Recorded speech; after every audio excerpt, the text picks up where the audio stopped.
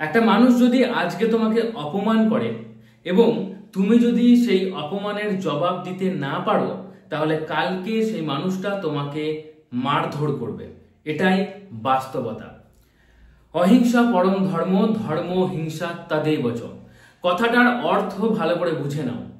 আমরা মানুষ, আমরা নিজে থেকে কখনোই কারো সাথে হিংসা করব না। অহিংসা পরম ধর্ম, আমরা নিজে থেকে হিংসা করব না। এটাই হচ্ছে প্রথম লাইনের অর্থ, অহিংসা পরম ধর্ম।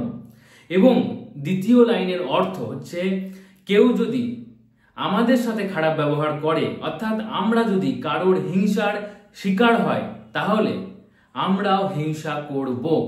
ধর্ম হিংসা তদেব চ। ধর্ম রক্ষার্থে হিংসা করা উচিত, 100% উচিত। গান্ধী নয়, সুভাষ হতে শেখো। একটা মানুষ যে তোমাকে পাত্তা দিচ্ছে না, যে মানুষটা তোমাকে অবহেলা করছে, যে মানুষটা তোমার ফোন রিসিভ করে না, তোমাকে একদম পাগল বানিয়ে রেখে দিয়েছে, সেই মানুষটার পেছনে তুমি যদি আরো ছুটে বেড়াও, তাহলে কখনোই ওই মানুষটাকে তুমি ধরতে পারবে না। একটা মানুষ যে তোমাকে এতটা ইগনোর করছে, এতটা তোমার আত্মসম্মানে ঘা দিয়েছে, যে কখনোই কোনো মানুষ তোমার সাথে এমন আচরণ করেনি, তবুও তুমি ওই মানুষটার পেছনে ছুটে বেড়াচ্ছ, কারণ ওই মানুষটা তোমাকে ভালোবাসে, তাই তো? এটা তুমি ভাবছো, এটা তুমি ভুল ভাবছো। মানুষটা যখন তোমার সাথে এসেছিল, তোমার সাথে ছিল, তখন মানুষটা নতুন একটা মানুষ পেয়েছিল, অপোজিট জেন্ডারের একটা মানুষ পেয়েছিল, তখন তার প্রেম করতে ইচ্ছে করেছিল, তখন তার মনে হয়েছিল, তাই সে ভালোবাসার অভিনয় করেছিল। মানুষটা ভালোবাসেনি। যদি ভালোবাসতো তাহলে সে থাকতো, আজীবন তোমার সাথেই থাকতো। বিষয়টা খুব সহজ, বিষয়টা খুব সাধারণ, কিন্তু ম্যাক্সিমাম ক্ষেত্রে সিম্পল বিষয়গুলোই আমরা খুব কমপ্লিকেটেড করে দিই। কমপ্লিকেটেড করার কোনো দরকারই নেই। ভালোভাবে বোঝার চেষ্টা করো। একটা মানুষ যেমন তোমার সাথে ব্যবহার করবে, তুমিও যদি তার সাথে সেই ব্যবহারটা করতে না পারো, তাহলে তুমি অধর্মের পথে চলছো। অর্থাৎ তোমাকে কেউ ভালোবাসছে, তুমি তাকে ভালোবাসা দাও। যখন সে তোমার উপরে প্রহার করবে, তখন দাঁড়িয়ে দাঁড়িয়ে মার না খেয়ে তাকেও প্রহার করো। প্রহার করতেই হবে, এটাই ধর্ম। যে যেমন তার সাথে তেমন। একটা সহজ বিষয় বুঝে নাও, আজকে যে মানুষটা ইগনোর করতে শুরু করেছে, আজ থেকেই তুমিও তাকে ইগনোর করতে শুরু করো। It's reverse psychology. এতে কি হয়?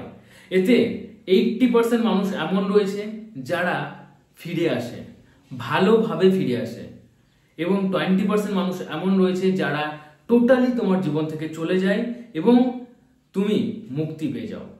ভালো করে বোঝো, যদি মানুষটার মনে একটুও তোমার জন্য ভালোবাসা থাকে, তাহলে তুমি যখন তাকে ইগনোর করতে শুরু করবে, তখন সেই মানুষটাও তোমাকে হারানোর ভয় পাবে। সেই মানুষটা যদি কোনোদিনও বিন্দুমাত্র তোমাকে ভালোবেসেছিল, তাহলে তার মনে একটু হলেও ভালোবাসা থাকবে। তুমি যখন তাকে ইগনোর করবে, তাকে অবহেলা করতে শুরু করবে, তার ফোন রিসিভ করবে না, তার মেসেজ রিপ্লাই করবে না, তাকে চেস করবে না, তাকে স্টপ করবে না, তখন সেই মানুষটাও ভাববে, সেই মানুষটা ভাবতে বাধ্য হবে যে আমি এর সাথে এরকম করছিলাম, কিন্তু এখন ঘুরিয়ে সে আমার সাথে করছে, তাহলে হয়তো সে আমার থেকে বেটার কাউকে পেয়ে গেছে বা পেয়ে যাবে, এবং এই জিনিসটাই তাকে ফিরিয়ে আনবে। কিন্তু মাথায় রাখতে হবে, তার মনের মধ্যে যদি বিন্দুমাত্র তোমার জন্য ভালোবাসা থাকে, তাহলেই ফিরে আসবে। এবং যদি মানুষটা একেবারেই অসভ্য, নোংরা হয়, তাহলে সেই মানুষটা চলে যাবে। এবং এটাও তোমার জন্য জীবনের আর একটা অধ্যায়, কারণ যে মানুষটা ভালোবাসেই না, সেই মানুষটাকে জীবন থেকে তাড়িয়ে দেওয়া ভালো। এখানে তুমি তাড়িয়েও দিচ্ছ না, এখান থেকে সেই মানুষটা নিজেই চলে যাচ্ছে। কারণ আজকে যে মানুষটাকে তুমি ফিরিয়ে আনছো, কালকে ওই মানুষটা আবার চলে যাবে, কালকে তুমি আবার ফিরিয়ে আনবে, পরশু সে আবার চলে যাবে। এইভাবে কখনো সম্পর্ক টিকে থাকে না। সম্পর্ক অনেকটা বাইকের মতো। বাইকের দুটো চাকা হচ্ছে তুমি এবং সে, একসাথে চলবে, একসাথে থামবে, তবেই বাইক অর্থাৎ সম্পর্কটা ভালো থাকবে। আদারওয়াইজ এখানে একটা চাকা স্পিডে ছুটবে, একটা চাকা নিজের মতো করে দাঁড়াবে, আর একটা চাকা নিজের মতো করে যদি চলে, তাহলে বাইকটা ভেঙে যাবে। সো বিষয়টা খুব সহজ। যে মানুষটাকে তুমি পাগলের মতো চাইছো, যে মানুষটা তোমাকে গত 1 মাস, 2 মাস, 3 মাস, 6 মাস ধরে ইগনোর করছে, সেই মানুষটাকে এখন ইগনোর করার সময় চলে এসেছে।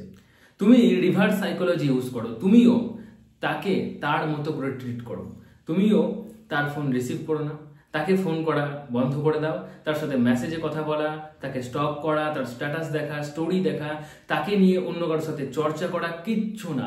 শুধুমাত্র নিজের লাইফ, নিজের হবি, নিজের ফ্যামিলি, নিজের কেরিয়ার, নিজের স্টাডি এসবের উপরে ফোকাস করো।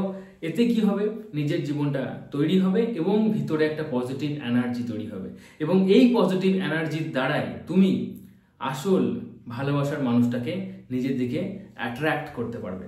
যত তুমি বেশি কান্নাকাটি করবে, যত বেশি একা থাকার চেষ্টা করবে, স্যাড সং শুনবে, 10টা মানুষের সাথে নিজের দুঃখ ভাগ করবে, ততই বেশি নেগেটিভ এনার্জি তৈরি হবে। কারণ ওই 10টা মানুষও ওই ধরনের কিছু গল্প, কিছু ঘটনা যেগুলো তাদের জীবনে ঘটেছে বা অন্য কারো জীবনে ঘটেছে, অ্যাকচুয়ালি যেগুলো তারা জানে, সেগুলো তখন তোমার সাথে শেয়ার করতে শুরু করবে।